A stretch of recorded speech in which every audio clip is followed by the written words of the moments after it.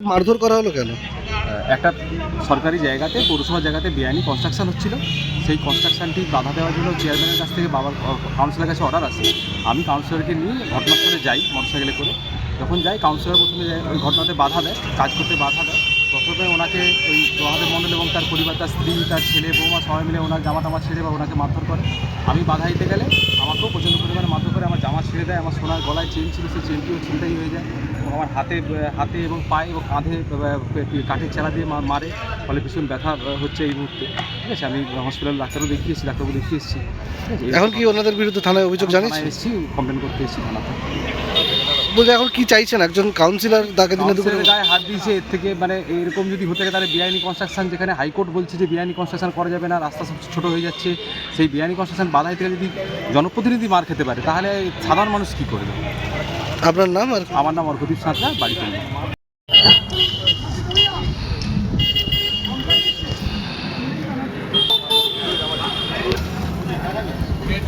Mobile switch off কেন? জায়গার উপর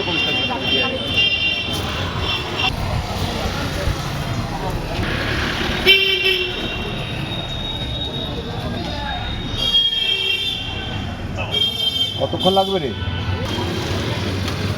হ্যাঁ, ফোন কর। ঠিক আছে, হ্যাঁ, বাচ্চু থেকে ফোন কর। স্ক্যান করা হয়।